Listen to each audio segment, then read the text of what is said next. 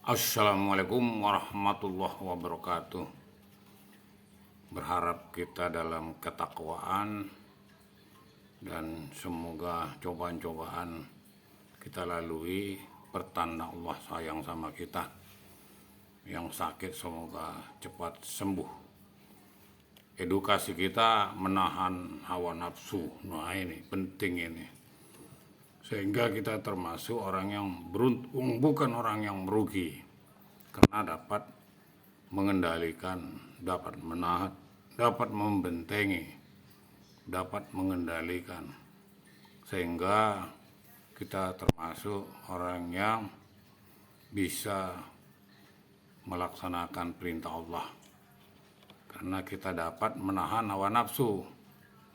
Jadi menahan atau mengendalikan hawa nafsu adalah proses pengelola biologis.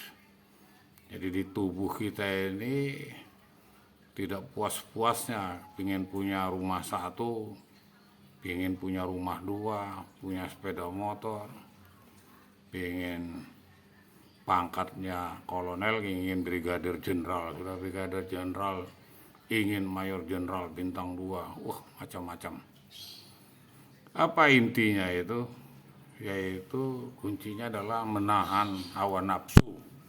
Biarpun hidupnya biasa-biasa, tapi dia taat, banyak sunnah-sunnah yang dikerjakannya selain wajib. Tiap hari mengumandangkan baca Al-Quran, nah ini lebih berhasil nanti di akhirat. Jadi kita ini yang dihitung akhirnya ya. Yang dihitung ini awalnya adalah sholatnya. Jadi kalau kita dulu taat, 3 bulan sebelum itu sudah lupa dengan ketaatannya, bahkan bermaksiat, alangkah kasihannya, karena akhirnya dia jelek. Oleh sebab itu proses mengelola biologis atau tubuh kita atau emosional kita dapat kita kendalikan. Buat apa kita beli, kita udah punya mobil ini sajalah. Kalau ini kan masih layak ini, 5 tahun lagi ini masih layak ini, bukannya tahun 20 tahun yang lalu. Nah, ini bagus. Dalam konteks ajaran Islam dianggap sebagai perjuangan.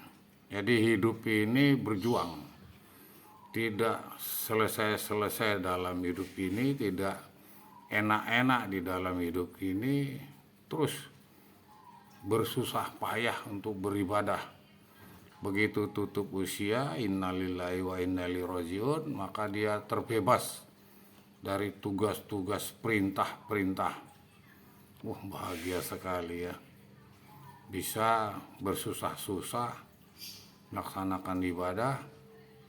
Jadi tidak berpelit-pelit hidup ini, dapat digunakan oleh orang lain, dapat bermanfaat kepada orang lain, hubungan manusia dengan manusia, sehingga puncuk upaya usaha ibadah kita tidak terlepas kepada kita, kepada Allah vertikal. Bagaimana sebenarnya cara mengendalikan hawa nafsu? Nah ini kadang-kadang kita bisa mengendalikannya dari istri kita. Istri kita bisa sama-sama satu rasa, sama-sama bisa menerima padanya. Anak kita tuntutannya banyak. Anak kita, istri kita, kita sendiri juga sabar. Tetangga kita pamer-pamer. Apa itu suamimu? Apa itu hasilnya begini? Jadi mengendalikan hawa nafsu ini termasuk dorongan negatif. Jadi kalau kita bisa mendorong negatif tadi, maka dia akan menjadi positif. Sehingga terdapat beberapa larangan praktis yang bisa diterapkan. Ya diantaranya berpuasa lah. Jadi jangan seenaknya kredit, atau kreditnya itu riba. Jadi perlu diingat ya, melebihi dari 151%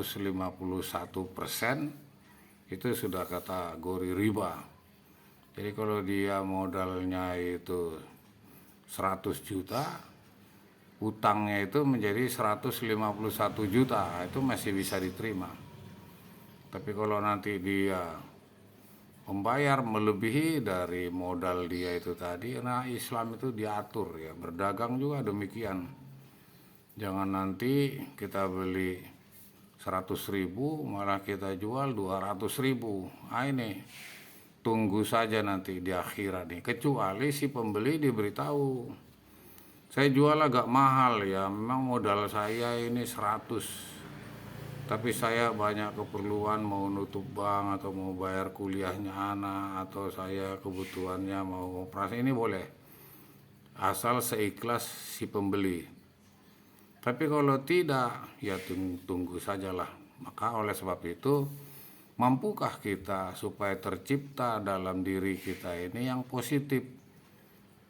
Kalau tidak bisa, ya itu tadi emosional tadi, setan tadi itu lebih dominan, dia menjadi negatif. Sehingga yang terbaik adalah puasa.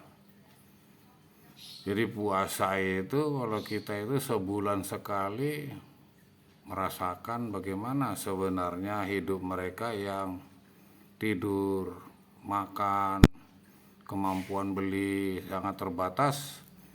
Nah kita merasakan itulah hubungan manusia dengan manusia berpuasa ini, hubungan manusia dengan manusia, mereka yang tidak makan bagaimana kita rasakan.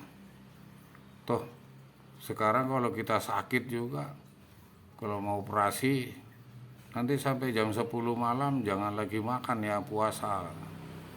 Atau kita diambil urin kita, darah kita lengkap, kita disuruh puasa. Nah, puasa juga di sini ada yang sunnah ya. Ada puasa Ramadan, ada puasa sunnah yaitu Senin Kemis. Nah, ini termasuk untuk menciptakan positif, sehingga disebutkan tidurnya orang berpuasa saja berpahala. Wah ini enak ini. Bau mulutnya orang yang berpuasa itu nanti diganti Allah di akhirat itu bau bunga kasturi. Wah ini betul-betul ini. Sehingga berpuasa kita jalani adalah ibadah. Jadi kita tahu puasa Ramadan 1 bulan penuh, di samping kita berpuasa kita juga bercapek-capek itu ya. Pagi hari habis sholat subuh kita baca Quran, tadarusan. Nanti habis berbuka baru diminum 1 mangkok itu es cendol itu. Kalau di tempat saya cendol ya, kalau di sini mengatakan es dawet, tapi tidak pakai es, sudah pergi karena masjid sudah qomat ya. Inilah orang yang berpuasa tadi, untuk menahan hawa nafsu. Jadi untuk menahan hawa nafsu ini berpuasa.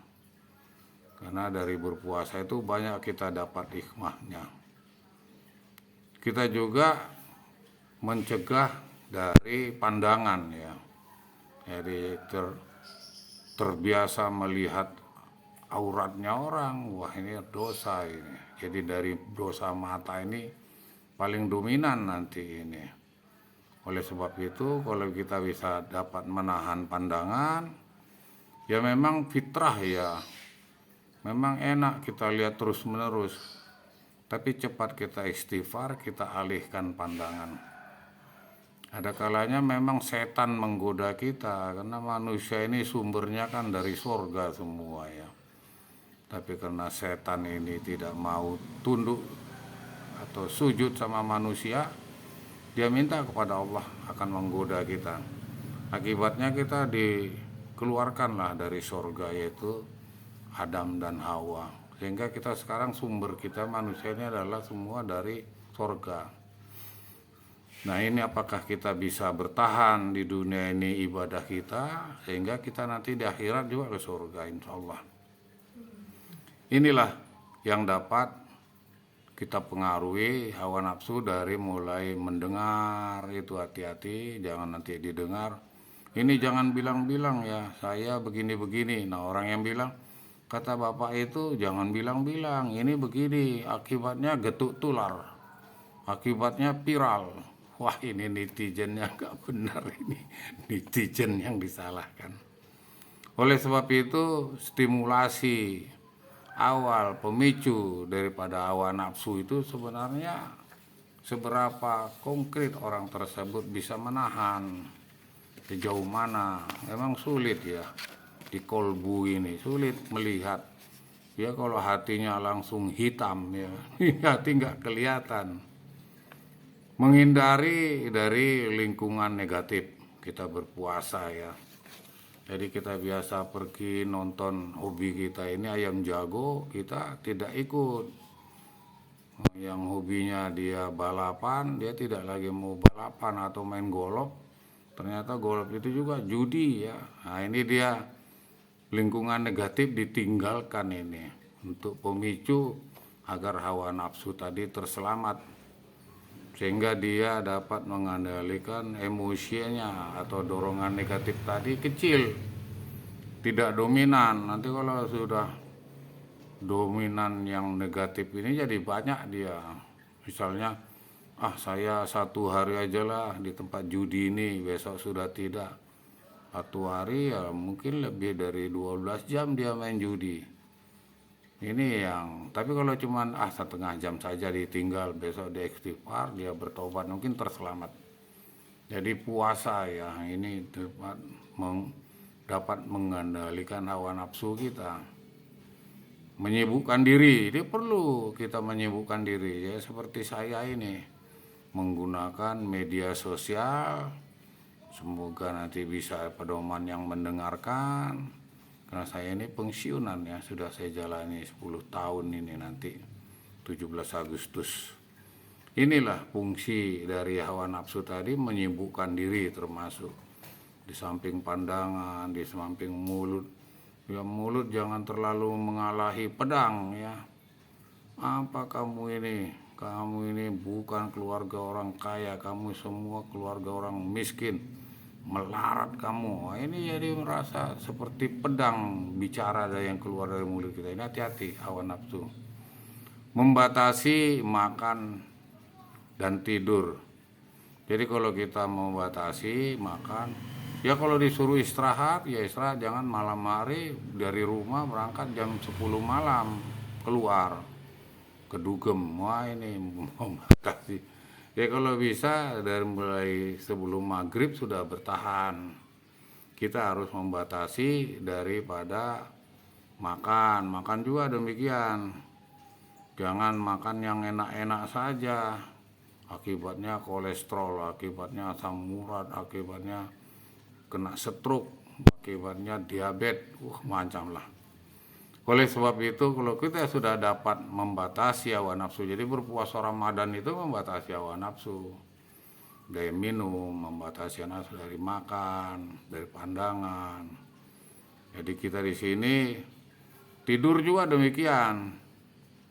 Ya kita dapat mengatur tidur saya 24 jam ini, 19 jam saya sadar, atau 20 jam nanti 5 jam saya istirahat. Inilah fungsi dari agar kita dapat menahan emosi dan hawa nafsu. Dari makan bisa, dari tidur bisa. Sebagaimana yang dinasihatkan oleh para ulama, menjaga perut agar tidak terlalu kenyang. Jadi makanlah sebelum kenyang, berhentilah sebelum lapar. Terbalik ya. Sehingga kita akan menjadi sederhana ya, tidak berlebihan ya, tidak berlebihan. Ini yang dimaksud dengan pendekatan spiritual, menjadikan referensi kita, karena kita dapat menahan hawa nafsu. Inilah yang harus kita hilangkan sepenuhnya, yang mana dapat kita kendalikan.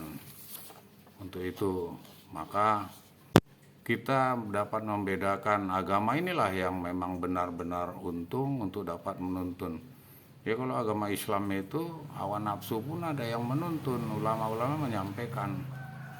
Sehingga penguatan dari insan kesadaran diri ini agar tidak menjadi budak nafsu. Itu saja Sangat sayang media sosial ini terbatas waktunya. Saya cukupi saja. Assalamualaikum warahmatullahi wabarakatuh.